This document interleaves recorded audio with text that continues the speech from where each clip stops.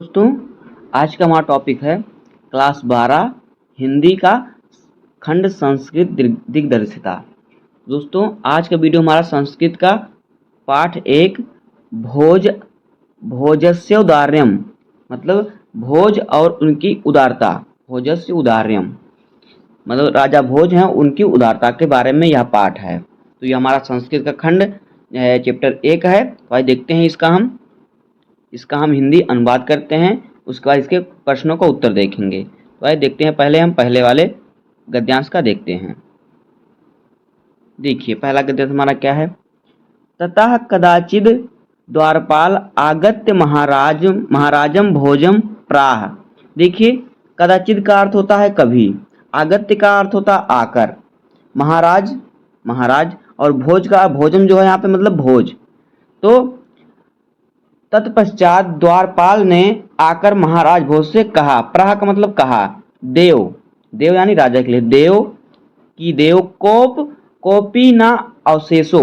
देखिए, कोपी ना अवशेषो का अर्थ होता है बिना वस्त्र के, जिस पर केवल लंगोटी ही हो और कोई वस्त्र ना हो। कोपी ना अवशेषो विद्वान द्वार वर्तते इति, कि हे देव, द्वार पर ऐसा विद्वान खड़ा है जिसके तन पर केवल लंगोटी ही शेष है। यहाँ पे देखिए, आपको नीचे हिंदी में हमने अनुवाद भी लिख दिया है।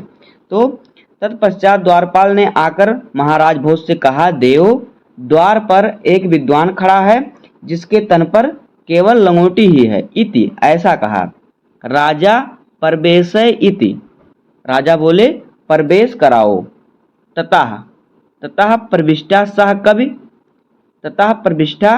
कवि, तब उस कवि ने, देखिए, ततः प्रविष्टा सह कवि भोज माल्योक। देखिए, भोज माँ अवलोक, भोजमा अवलोक अध्यम अध में दारिद्र्यानाशो भविष्यति। ततः तब उस कवि ने भोज को, राजा भोज को, या भोज अवलोक के मतलब, अवलोक का मतलब हो देखना, और भोज का मतलब होता है राजा भोज है, अवलोक का मतलब होता है देखना। तो राजा भोज को देखकर, देखिए यहाँ पे अध्य है, अध्य का जो अर्थ होता है, अध्य का अर्थ होता है आज।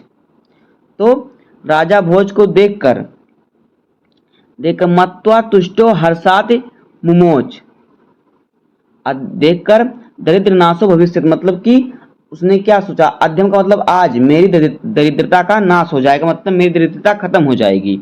मत्वा तुष्टो हर्षार मुमोच, मुमोच का देखिए जो अर्थ होता है, मुमोच का अर्थ होता है आंसू, मुमोच का अर्थ होता है आंसू। मत्तो तुष्टो हर्षार मुमोच, प्रसन्नता के आंसू, उसकी आंखों से प्रसन्नता के आंसू बह रहे थे। राजा तमोलोक के प्राह, राजा ने उसे देखा और कहा, कवि किम रोदिसीत, क्यों रोते हो। ततः कविराह राजन, तब कवि ने कहा, राजन आकर्णय मद गृह स्थितिम, राजा मेरे घर की स्थिति सुनिए, कि राजा मेरे घर की स्थिति सुनिए। तो देखिए, यह जो संदर्भ है, ये है, इसका संदर्भ हो जाएगा प्रस्तुत गद्यांश हमारी पाठ्य पुस्तक संस्कृत के भोज अस्योदार्यम नामक पाठ से उद्धृत है। तो इस प्रकार से पहले वाले गद्यांश का अर्थ हो जाएगा। वह देखते हैं अगला गद्यांश। देखिए, अगला गद्यांश जो हमारा है, ये है श्लोक। तो आइए इसका हम देखते हैं। देखिए, अयेलाजनज्जे पथिवचन क्रमाणे गृहिणी शीशो कर्ण्यो यत्नात् सुपिहित वतीदीन वंदना मयि क्षीणोपाये यदि कृतं दिशाओ श्रु बहुबले तदंतः संलयम में त्वामिस पुनरुद्र तुमुचिता। तो देखिए, ये श्लोक है, इसका अर्थ देखिए, अये लाजा नच्चे पथि वचन माकार्डे गृहिणी, गृहिणी का अर्थ होता है पत्नी, गृहिणी मतलब पत्नी। वो राजा से सुना रहा है अपने घर की स्थिति कि अये लाजा नच्चे पथि वचनम कर्णे गृहिणी शीशो कर्णो यत्नात् सुपहित वती दीन वंदना। देखिए, जहाँ पे लाजा दिखा रखा, लाजा का अर्थ होता है खीर खील मतलब कि लाई लाई बेचने वाला, लाई या फिर जो भूजा होता है वो होता है। पथि का अर्थ होता है रास्ता।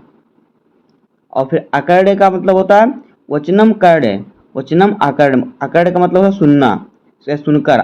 वचन का मतलब होता है बात या आवाज, और फिर कर्ण्य का मतलब सुनना। शीशो, शीशो का अर्थ होता है बच्चे, शीशो का अर्थ बच्चे मतलब दो बच्चे। कर्णों का मतलब होता है कान। यत्नात् का मतलब प्रयत्न पूर्वक। सुपिहितवती, सुपिहितवती का मतलब होता है बंद कर देने वाली। दीन वंदना मतलब देखिए यहाँ पे दीन का मतलब होता है दुखी, और वदना का अर्थ होता है मुख।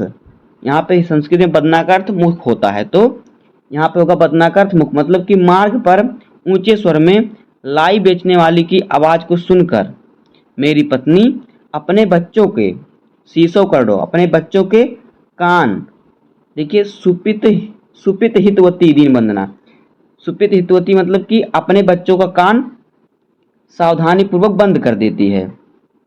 दीन दुखी देखिए मार्ग पर ऊंचे स्वर में लाई बेचने वाले की आवाज सुनकर मेरी दीन वंदना मतलब मेरी दुखी मुख वाली पत्नी अपने दोनों बच्चों के कान को सावधानी पूर्वक बंद कर देती है। मई छीड़ो पाए यदि कृतम दृश्याव श्रु बहुबले। देखिए यहाँ पर जो आपको दिख रहा है क्या, मई छीड़ो पाए यदि कृतम दृश्याव श्रु बहुबले। और मुझे मुझे मुझ दरिद्र पर जो अश्रु दृष्टि डाली, मतलब आंखों से भरी, आंसू से भरी दृष्टि डाली। तदंतः, तदंतः का अर्थ होता है तदंतः शल्यम में तमसी पुनरुद्धु मूर्छिता।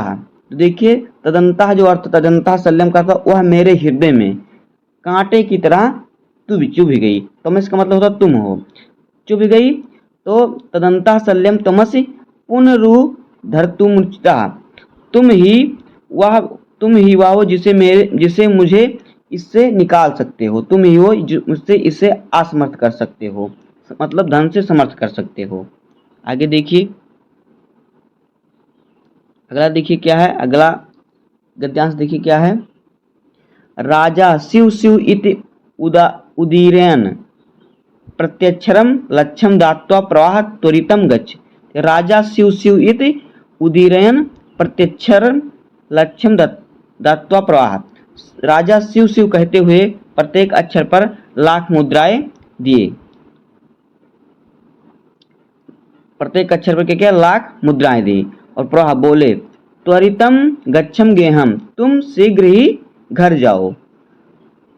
त्वद गृहिणी खिन्ना वर्तते, तुम्हारी जो पत्नी है दुखी है। अन्यदा भोजा श्री महेश्वरः नमितु शिवालये अभिगच्छत। तब उसके बाद क्या देखिए, उसके बाद भोज अगले दिन श्री महेश्वर, महेश्वर का अर्थ यहाँ पे हो जाएगा शंकर भगवान से, महेश्वर को नमन करने यानी शंकर भगवान को नमन करने प्रणाम करने शिवालय गए। अगच्छत का मतलब शिवालय गए।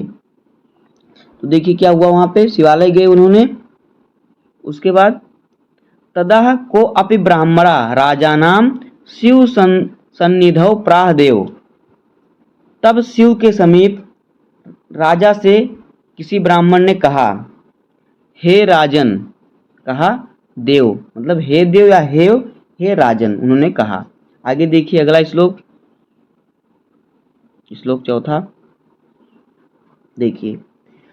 अर्ध दानव बैरिड़ा गिरिजया पर्यध शिव सहस्रतम देवेत्थम जगती तले पुरहरा भावे समुन्मिलति गंडसागर गंगा सागर अंबर शशिकला नागाधीपः क्षमतालतम सर्वज्ञत्वम धीश्वरतम गच्छन्त त्वाम मातु भिक्षाटनम। देखिए अर्ध दान बैरिड़ा गिरजया प्रथम शिव स्याहृतम, मतलब अर्ध का मतलब होता है आधा। दानो बैरिड़ा यानी कि दानो यानी राक्षसों के दुश्मन, दानों के दुश्मन, राक्षस के दुश्मन। और फिर गिरजया प्रथम, गिरजा का मतलब होता है गिरजया मतलब गिरी की पुत्री यानी कि पार्वती।